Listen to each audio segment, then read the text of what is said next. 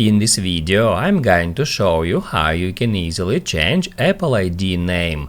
Be sure to watch the video to the very end so you don't make any mistakes, and of course do not forget to like this video and subscribe to my channel.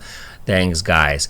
So let's get started, and first off head over to settings, and right here at the very top it will show you your Apple ID name, and all we have to do in order to change it is just tap right here.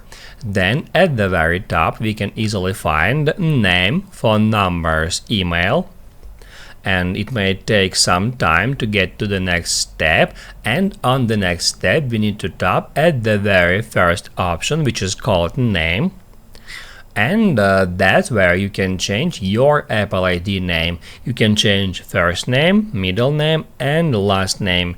You can change it as a regular text, just remove the existing one and type in here whatever you want.